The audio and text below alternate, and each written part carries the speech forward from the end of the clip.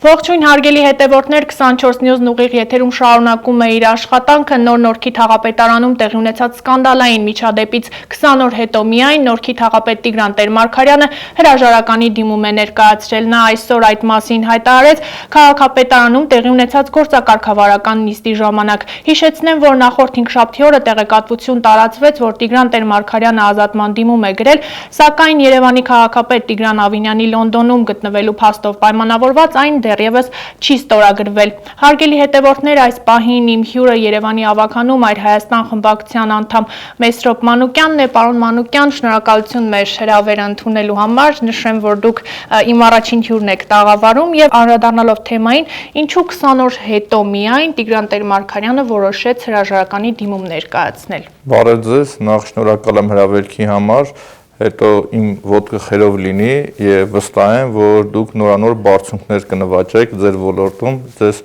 հաջողություններ եմ մաղթում, ոնց որ ասած առաջի տաղավարային ձեր եթերից հետո։ Ճիշտ է, դուք 20 օր հետո նոր որոշումը կայացվեց եւ ինչու համար կայացվեց, իմ գնահատմամբ դա եղավ առաջինը, պետք է անկեղծ լինեմ, լրագրողների մեծ ջանքի շնորհիվ, երկրորդը մեր ժողովրդի հանրության հանրային ճնշման արդյունքում եւ երրորդը գագաթնակետը եղավ ազգային ժողովը, երբ որ պատգամավորներից Աննան Գրիգորյան, Քրիստինեն Վարդանյան, Ագնես Անխամոյան բոլորը մատնացույց արեցին, թե ինչպիսի ժողովրդավար արժեքների են դավանում նրանք եւ ինչպես են գնահատում եւ Նիկոլ Փաշինյանի կոնկրետ ցուցումով եղավ պահանջ, որ պետք է հեռանար թաղապետը։ Իսկ մինչ այդ բոլորը շատ լավ գիտեն, որ Հանրապետություն կուսակցությունը հաթաթա էր տալիս, որ եթե մեզ կպնեք, մենք դուրս կգանք, պաշտոնները կթողենք, ես կանենք ուղղակի իրանց ստերին, երբ որ մենք սկսենք անդրադառնալ, կարծում եմ 1-2 եթեր ձեզ անհրաժեշտ կլինի, բայց այսօր էլ նույն իրենց թաղապետը աչքի ընկավ իր պավասկով լկտիությամբ, իր որակումներով, ինչու համար, որովհետև նախ ինքը փորձեց մեղադրանքներ հնչեցնել պատգամավորներից մեկի հասցեին, որ մանդատագողը այն պարագայում եկեք հասկանանք, որ Հանրապետություն կուսակցությունը ժողովրդի ձայնի գողն է ինքը, ինչի համար, որովհետև քաղաքի ընտրությունների ժամանակ իրենք հանդես էին գալիս ընդդիմադիր դաշտից, իրենք ժողովրդին խաբեցին, մոլորեցրեցին, որ իրանք ընդդիմություն են, ձայները վերցրեցին ու գնացին, սկսեցին Տիգրան Ավինյանի ու ՔՓ-ի հետ քաղաքը փայփայ անել, մեջ անել իրար հետ եւ դրա արդյունքը մենք բոլորս տեսնում ենք։ Պարոն Մանուկյան, ձեզ այս հարցը լուծվեց Փաշինյան-Սարգսյան զույգի քննարկմամբ, թե Ավինյան-Խաչատրյան, նկատի ունեմ Հանրապետություն խմբակցության ղեկավար Անի Խաչատրյանին, որովհետեւ մինչ այդ, ինչպես դուք նշեցիք, Հանրապետություն խմբակցությունը հայտարարում էր, որ եթե իրենց գործընկերոջը հեռացնեն աշխատանքից, իրենց լիազորությունները կդադարեցնեն։ Իմ գնահատմամբ դա եղավ մեկ անձի որոշմամբ, Նիկոլ Փաշինյանը որոշումը կայացրեց, տեսավ ինչպիսի հանրային մեծ ճնշում է գեներացվել եւ այդ լկտիությունը հասկացավ, որ հաջորդ մոտակա ընտրությունների ժամանակ իրենց գլխին մեծ փորձանք է լինելու, ինչու համար, որովհետեւ այն արժեհամակարգը, ինչ իրենք կեղծ մերժելով, որ նախկիներն այսպես, նախկիների ամենավատ դրսևորումը իրենք հանդես բերեցին, որից հետո նույն մասիվի թաղապետը սկզբից փորձում էր լավ տղա խաղալ, հետո ինչ-որ Բուչա, հետո Ռուսաստան, հետո Պուտին, Կիրիենկո, այդպես շարունակական, եւ այսօրվա արդյունքում տվյալ անձը ենթադրյալ իմ տուժող իմ գործով եւ ենթադրյալ իմ կողմից ստորացված անձն է, այն մեղադրանքը, որ ինձ առաջադրել են, որ ես ստորացրել եմ մասիվի թաղապետին, էլի, ու այսօր այդ նույն անձնավորությունը տեսանք թաղապետարանում ինչպես էր դրսևորում։ Այստեղ Սարգսյան, Խաչատրյան, իրենք ոչ մեկ, իրենք բոլորը միասին 0 են։ Այստեղ կա Նիկոլ Փաշինյան եւ ինքը այդ որոշումը կայացրեց։ Իդեպ, երբ միջադեպը տեղի ունեցավ, խմբակցությունը հայտարարություն տարածեց, կուսակցությունը նշելով, որ սա աշխարհաքաղաքական կենտրոնների կողմից ուղղորդված սկանդալ էր եւ որ Հայաստանի Հանրապետության ինքնիշխանությունն է սրանով վտանգի տակ դրվում։ Հիմա, այսինքն ստացվում է Հայաստանի Հանրապետության ինքնիշխանությունը դրեցին կասկածի տակ, թե արդեն վերականգնվեց։ Տեսեք, իրանց այդ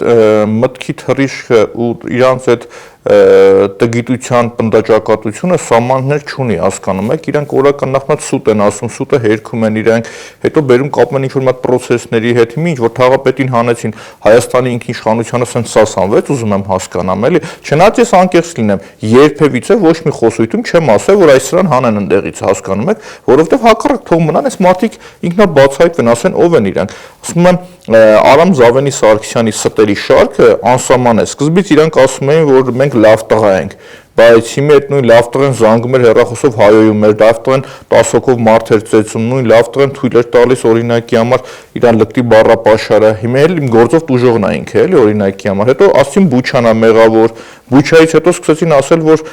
աշխարհաքաղաքական ձեր ասած խոսքերը, դրանից հետո ասեցին 5-րդ Շարասյունն է, հետո Ռուսաստանի դեսպանն է, Կոպիրկինն է, բայց ես ասում եմ, Կոպիրկինի ֆան կլուբի համար մեկ անդամը դա Արամ Զավենի Սարգսյանն է ինքը։ Դրանից հետո ասին Կիրիենկոյի առաջի օպերացիան, որը փայլուն կատարել եմ ես, իմ համար խնդրել, նախ չգիտեի Կիրիենկոն ով էր։ Հետո ինչ հրաման, ինչ բան, Պուտինը հիմա էլ Անի Խաչատյանը կանգնեց ասեց, որ Մանուկյան Մեսրոպը գնում է 26 թվականի ընտրություններին, իրան շոու էր, պետք որ շոուն աներ։ Հիմա իրանց ո՞ր մի ստին ես բան անեմ, հակադարձեմ, էլի, ես եթե փորձես հակադարձել, ծերը չես գտնի, էլի ամեն օր մի հատ նոր սուտ, նոր վարկածի հայտ կբերեն իրենք։ Իդեպ Տիգրան Տեր-Մարգարյանը այսօր գործընկերներիս հետ հարցազրույցում նշել էր, որ սպասում է 2026 թվականին գործակարգավարական նիստի ընթացքում էլ հայտարարեց, որ իրենք գնալու են 2026 թվականի ընտրություններին եւ այդտեղ կհանդիպեն եւ ինքը ականատես է լինելու որոշների քաղաքական վախճանին։ Կներեք, ուզում հասկանամ որոշներն ով են մեկ, երկրորդ հերթին 26 թվականը իրանք միջև գնան լրիվ կսպառվեն, որովհետև քաղաքը այս ձևով ոնց որ թալանում ու կեղեքում են քաղաքը, մսխում են հարկատուների բյուջեն, այդ բոլորի հավասար փայատերը, այս Արամ Զավենի Սարգսյանն է, հասկանում եք, այն որ Երևանում ծննդատուն է փակվում, մանկապարտեզները չեն գործում, շինարարությունները խայտառակ, ասֆալտապատում, քաղաքը Վենետիկի, ասենց անցայրացիր կարող եմ ասել, էլի, հասկանում եք, այդ բոլորի պատասխան տվողը իրանք են։ Եվ իմ կարծիքով իրանք հիմա հոգեվարքի մեջ են, իրանք հասկանում են, որ արդեն չեն կարողանա ժողովրդին մոլորեցնել, կանգնել ասել, որ մենք եվրոպական արժեհամակարգ կրող ենք։ Բա այս ձևով էր ձեր եվրոպական արժեհամակարգ կրողները լինում։ Լեսպալանավորել եմ, դեսպանատներ այցելություններ կատարել, նաև ծանոթ հասնել, ասում ժողովուրդ ջան, ես օրինակ կրող եմ եվրոպական արժեհամակարգի այդ գաղափարների մոտեցումների, բայց այս մարդիկ ձեր անունը տալիս են ու վարկաբեկում են նաև ձեզ օրինակի համար։ Իրանք գիտակցում են, որ իրանք շանս չունեն, որովհետև բոլորի համար պարզ դարձավ, որ իրանք Հանրապետություն կուսակցությունը չեն, իրանք ԿՊ-ի համար 10-ով կա տեսնող, ԿՊ-ին ծառայող, ժողովրդին մոլորեցնող կուսակցությունն է։ Իրանց համար ամենաթանկ բանը որ կա, դա պաշտոնն է։ Ուղղակի նաև իրանք ցույց տվեցին, որ այս սաղ կռիվը այն որ կեղծ մենք հրաժարական կտանք պաշտոններից, այս կանենք, այն կանենք, մյուսը կանենք, էլի բաուրա, թե պաշտոնը քաղցր բան է, լափամանից օգտվելը քաղցր բան է, կաշառքը լավ բան է, այդ հարցերը բոլորը հարցեր են, որ պետք է միշտ հնչեն, բարբերաբար ու այս ամբողջ process-ը ստվերի պես իրանց հետևել է, ասես քայլելու են ու իրանք տեսնեն, որ իրանց հետևից իրանց արածը երևում է։ Իդեպ ձեր մասով հարուցված քրեական գործը ինչ փուլում է, արդյոք դուք առերեսվեցիք այն մարդու հետ, ում ենթադրաբար ստորացրել եք արժանապատվությունը ու բարի համբավ։ Մենք պահանջել ենք փաստաբանների հետ, որովհետև իմ գործողությունների մեջ, եթե մասիվի թաղապետը իմ գնահատմամբ խուլիգանություն էր արել, առաջի օրը հեռախոսով զանգել կամ մյուս պահվածքը որ կար, դրանից հետո ես կատարել եմ քաղաքական ակցիա, Արտուրիա Չախոյան եւ քաղաքական ակցիան բնութագրել ինչ-որ խուլիգանություն կամ մտածված տիրապետելով տեղեկատվական տեխնոլոգիաների հմուտ, չգիտեմ, տենց գեղեցիկ շարադրանքով ստորացրել եմ մասիվի թաղապետին, ես չեմ ընդունել եւ պահանջել եմ, որ իմ կողմից ենթադրյալ ստորացվողը, ենթադրյալ տուժողը, որն է սպարագայում Տիգրան Տեր-Մարգարյանը, առերեսեն հասկանան, որ պայից սկսված է իրեն ստորացված զգաց է, հասկանում եք, որովհետեւ այդ նույն տրամաբանությամբ, որ ԿՊ-ն ասում էր խոսում են, խոսքի հետևից պիտի գնան, այսօր այդ ոչու բարովը արտահայտությունները թույլ տվել падգամավորներից մեկի հասցեին եւ դա նույնպես պետք է ունենա իր գնահատականը։ Հիմա որ սկսեմ իրան ասել երևույթ, այ չկայացած լավ տղա, այ օրինակի համար իմ տուժող, նման տիպ լեքսիկոնով սկսեմ խոսալ, դա ոնց կլինի, նորմալ չի լինի եւ իրան գնահատական տան։ Այնինչ ԿՊ-ն առաջի գործը որ կար ուղիղ քննչական մարմիններին ուղղորդեց ին վրա գործ հարուցել։ Իր հաղորդման փոխանակ դատապարտեր ասեր թաղապետը պիտի հելներ կամ թույլատրելի չէր, ասում էր գնացեք այս մարդկանց վրա գործ հարուցեք եւ իրանց մոտ դա շատ լավ ստացվում է, բայց այնինչ երբ որ դու խոսում ես կոռուպցիայից, թալանից, կյանքում կկախվեն, բայց մի հատ քննչականին չեն ուղղորդի, ասեն գնա տեսե չինարխի է, տենց ամբարեխիչ, մի հատ գնա նայ օրինակի համար այս փողն ինչի համար մսխվեց, օրինակի համար ոչինչ չեղավ, Երևան քաղաքի բյուջեն $400 միլիոն է, մերի ջան, հասկանում եք, եկեք փողոց դուրս գանք, ցանկացած քաղաքացուց հարցնենք, ասենք դուք ձեր վրա զգում եք, որ քաղաքում $400 միլիոն փող է ծախսվում։ Տարբերությունն էր, որ իրանց սիրած նախկինների ժամանակ բյուջեն 10 անգամ քիչ է եղել։ նույնն է, համատականը տանենք, 10 անգամ ավելի շատ ժողովուրդը իրենց լավ են զգում, Երևանը 10 անգամ ավելի բարեկեցիկ է, ավելի հարմարավետ է, ոչ իհարկե։ Պարոն Մանուկյան, ձեզ այս միջադեպը որքանով կարող է ազդեցություն ունենալ ավականու հետագա գործունեության վերաբերյալ, օրինակ վճռորոշ կամ կարևոր նախագծեր անցկացնելու համար, չնայած նրան, որ Հանրապետությունն ու քաղաքացիական պայմանագիրը ցույց են տալիս, որ հաշտ են, իրենք շարունակում են կոալիցիոն գործընկերներ մնալ, բայց մինչ այս միջադեպը նաև մենք քաղաքապետարանում նիստի ժամանակ ականատես եղանք, որ ինչ որ մի ընթացք Հանրապետությունն ու քաղաքացիական պայմանագիրը չէին կարողանում հասկանալ ինչպես քվեարկել ըստ տեղեկատվության, որը տարածվում էր, նշում էին, որ Հանրապետությունը պատրաստվում է չքվեարկել կամ ընդհանրապես չներկանալ եւ այդ պահին հնարավոր էր այն նախագիծը, որը ներկայացվել էր, պարզապես կյանքի չկոչել։ Տեսեք, այդ երկուսի մեջ սիրախաղն ու գզվռտոցը արդեն սկսել է ակնհայտ երևալ։ Սիրախաղը առերևույթ ցույց են տալիս, որ իրանք իրար հետ հաշտ համերաշխեն, բայց մի քիչ հետ որ գնանք, Արտակ Զեյնալյանը պարբերաբար հանձնաժողովի նիստերի ժամանակ դեմ է քվեարկում այս խայտառակ շինթույլտվությունների հետ կապված շմագ լսումներին, այդ թույլ չի տալիս ընթացք ստանալու։ Ինքը իր կերպարը այնուամենայնիվ ինքը ունեցել է սկզբունքային քաղաքական գործի կերպար, փորձում է ցույց տալ, որից հետո ակնհայտ երևում էր իր եւ Անի Խաչատյանի գզվռտոցը։ Ակնհայտ էր դա լինում, նույնիսկ գալիս են հանձնաժողովին վիճում, մյուսն անում են։ Դրանից հետո ակնհայտ դառավ, որ քվեարկություններ է լինում, քվեարկությունների ժամանակ օրինակի համար Հանրապետությունը թողնում հեռանում գնում է դալիճ, հետո գնում համոզում են, փորձում են հետ բերել։ Այսինքն իրանց մոտ այդ գզվռտոցը խորանում է, եւ այս պարագայում առավել քան իմ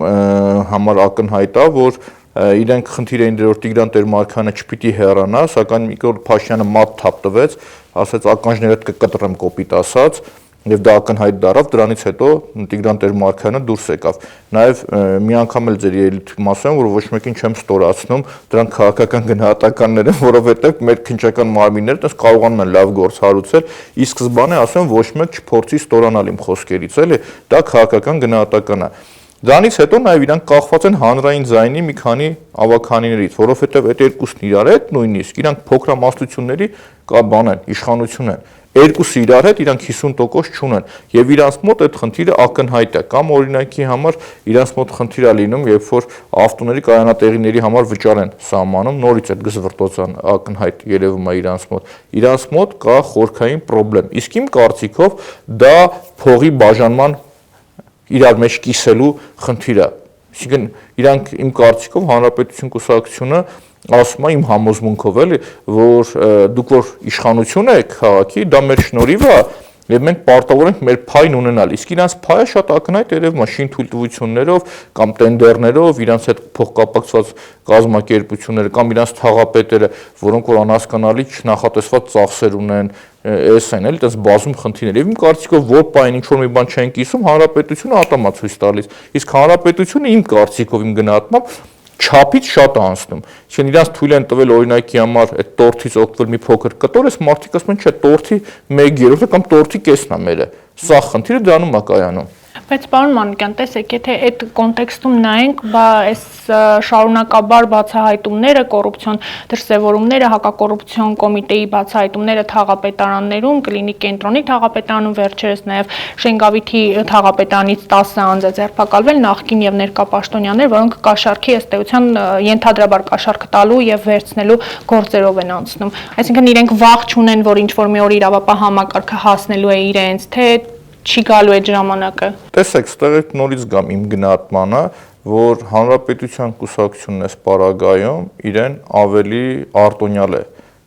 պահում, ինքը պահում է, որ ինքը անպատժելի է, ինչի համար, որովհետև շատ լավ գիտակցում են, որ իրենց եթե կպնեն իրենք կոալիցիայից դուրս գան, Երևանը կգնա նոր ընտրությունների։ Իսկ նոր ընտրությունների պարագայում նույնիսկ փոքրամասնություն ընդդիմություն չի կարող կպան լինի։ Այսինքն ուղղակի կոչնչան, որտեղ ժողովրդի ստեղն են հասցրել իրենց կառավարումով։ Եվ ինչն է հետաքրքիր, իրանք գնում են այդ նույն խնդիրները կա նաև Հանրապետություն կուսակցության թաղապետարաններում։ Այսինքն Դավթաշենում գնում նկարում են, որ ավազի վրա, հողի վրա իրենք ասֆալտ են անում, ոչ մեկ ընթացք չի տալիս, հասկանում եք, այդ գնան ասեն տղա ջան դու ոնց ես անում օրինակի համար, դա նորմալ չի, բայց օրինակ ԿՊ-ի թաղապետերի վրա իրանք քշում են այսպես ասած էլի, ու ինչն է հետաքրքիր, լավ, եթե մի թաղապետարանում full staff-ը իր կոռուպցիայի մեջ թաթախված է եւ վարչական շրջանի ղեկավարն ասում է ես անմեղ եմ, ընկերներım դուք տեղում չես, հասկանաք, չի կարա լինի, որ օրինակ իմ ենթակաները իրանց ինչ որ մի բան թույլ տան ու ես տեղյակ չեմ, եթե դա շարունակական process է, կամ ես փայատել եմ, կամ ես անզոր եմ, երկու պարագայում էլ ես անելու բան չունեմ, դի թողնեմ հեռանամ գնամ, դի օբյեկտիվ լինենք, բայց ի՞նչն է նաեւ հետաքրքիր, դա լինեմ անկեղծ Այն վատագույն թաղապետերի մեջ, եթե մենք դիտարկում ենք լավագույն թաղապետերն ովքեր են, դա կենտրոնի թաղապետն է, Պետրոսն է, մյուսը որքան է չսիրեն բան չանեմ, այդ Շենգավիթի թաղապետն է, հասկանում եք, բայց ընդհանուր գլոբալ եթե մենք նայում ենք, բոլոր տեղերը ճգնաժամ է, անխտիր ճգնաժամ է։ Եվ ի՞նչն է այդ, ես թաղապետարանի մոտերը, թաղապետերի մոտ full կոռուպցիան վխտում է։ Ամեն պատի տակ, ամեն թփի տակ, էլ մարդու են գործից անում, էլ մյուսն են անում, էլ մյուսն են անում, հասկանում եք։ Հետո մի հատ եկեք այդ նույն թաղապետերի կյանքը նայենք, էլի, հետ գնանք 8 տարի առաջ, իրանք բացեն իրանք սոցիալական կայքի ներկաները իրանց նայեն։ Արդեն փողն այնքան շատ այդ մարդկանց մոտ, որ չեն դիմանում ճնշմանը։ Սկսում են ցույց տալ ամեն ինչը, էլ փողի ճնշմանը չեն դիմանում այս մարդիկ։ Իդեպ այսօր Երևանի քաղաքապետ Տիգրան Ավինյանը անդրադառնալով Նորքի թաղապետի հրաժարականին նշեց, որ ապագայում եւս սադրանքներ լինելու են եւ թեև այդ պարագայում միևնույն է պետք է կարողանան իրենց զսպել, ինչ սադրանքներ եք առաջիկայում նախապատրաստել։